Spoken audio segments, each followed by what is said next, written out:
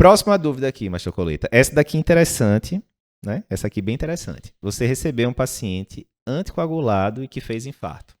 E agora? Ou o paciente usa varfarina, porque já tem um FA, ou usa a pixabana, dabigatran, não importa. Ele já anticoagulava antes por algum motivo.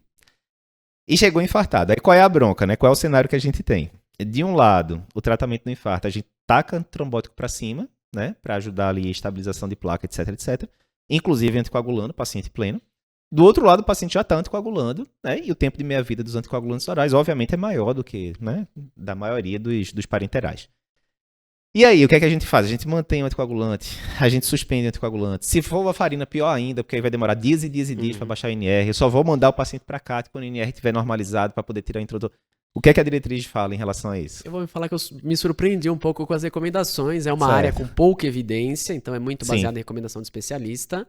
Então, o outro especialista pode divergir, mas quem escreveu a diretriz tem muita experiência. Uhum. Então, acho que a grande mensagem, primeiro, o acesso deve ser o acesso radial. Tá? Certo. Porque Esse aí eu acho que não tem muita dúvida, isso não né? tem muita discussão. Certo. Tá? Tem vários trabalhos mostrando que o acesso radial reduz desfecho, principalmente complicações como sangramento. Perfeito. Então, essa é a primeira coisa, acesso preferencial radial, em todos, né? Mas especialmente em quem está Perfeito. usando o anticoagulante. Você começou pela parte fácil, vamos para a Esse é o parte primeiro mais... passo. Vamos lá. O Certo. paciente usando varfarina ou semelhantes. Certo. E tá usando varfarina, tá com NR menor que 2,5. Tá? A gente acha que não vai precisar fazer heparina, mas a diretriz recomenda você fazer uma dose adicional de heparina. Na hora sim, da angioplastia. Na hora da isso, né, angioplastia, se você especificamente, for né? fazer angioplastia. Aham. Tá? Então, se tiver acima de 2,5, não faça. Se tiver Aham. abaixo de 2,5, você vai fazer uma dose.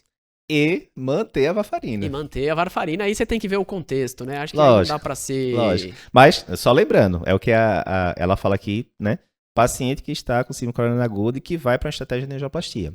A angioplastia deve ser performada, aqui a gente tá falando ipsilitre, certo? Tradução livre minha. A angioplastia deve ser performada sem a interrupção do antagonista de vitamina K ou do NOAC, né? O que o paciente estiver usando.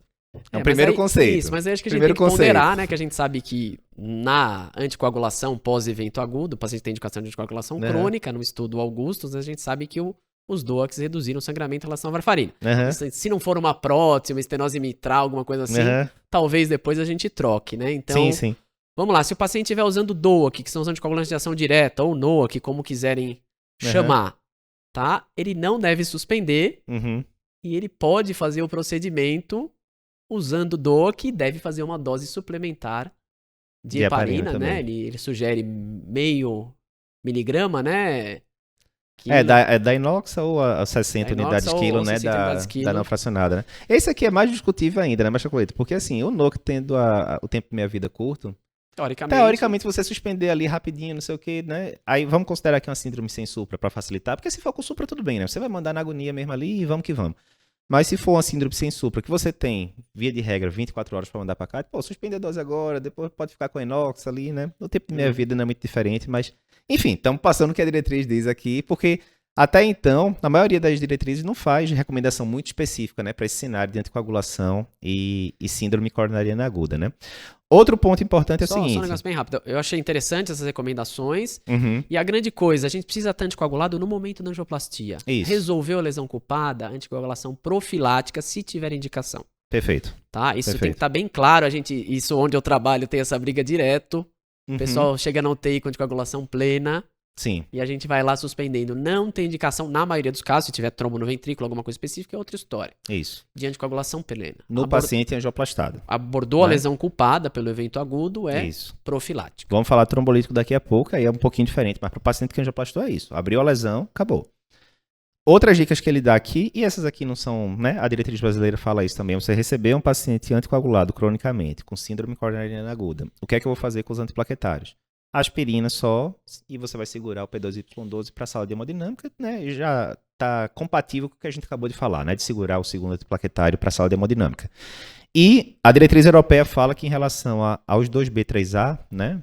Tirofibam e tal, você deve usar só em casos excepcionais, que seriam aqueles casos de bailout que ele fala, né? Que é quando a casa cai, o vaso fecha, né? Aquelas angioplastias super complicadas, ou quando o paciente tem uma complicação periprocedimento mais relevante. Então, aquela indicação tradicional de, tem muito trombo, então eu vou ligar aqui um 2B3A.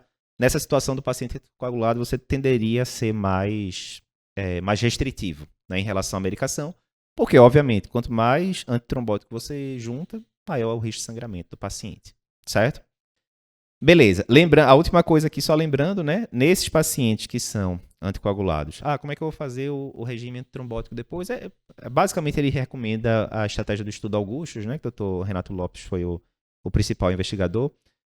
E a tendência é você deixar o paciente ali com a terapia tripla, né? Aspirina, clopidogrel e o anticoagulante, de preferência o novo anticoagulante, né? Ali durante uma semana, talvez, Durante a internação, né? teve alta, seja da alta com clopidogrel e a pixabana ou outro DOAC. Exatamente. E aí ele fala muito claramente aqui na diretriz para não usar ticagrelol, prasugrel nesse breve período de terapia tripla, né? A evidência maior que a gente tem, mais de 90% dos casos era clopidogrel. Então, focar nisso daí. Eu acho que até certo? Na dupla, né? A recomendação é clopidogrel Sim. mais um DOAC. Exato. E lembrar que tem casos selecionados de alto risco trombótico, lesão de tronco, múltiplos estentes, desde que o paciente não tenha alto risco de sangramento, que a gente pode usar a tripla por um mês. Exato. Mas são casos selecionados. A maioria do paciente, tripla durante a internação, tem alta com clopidogrel e DOAC. Depois de um ano, DOAC. E a tendência talvez seja até reduzir aí essa dupla com o clopidogrel, mas até o momento a recomendação é 1 ano. O paciente de mais alto risco de sangramento, a gente pode abreviar um pouco, 6 meses ou menos. Perfeito.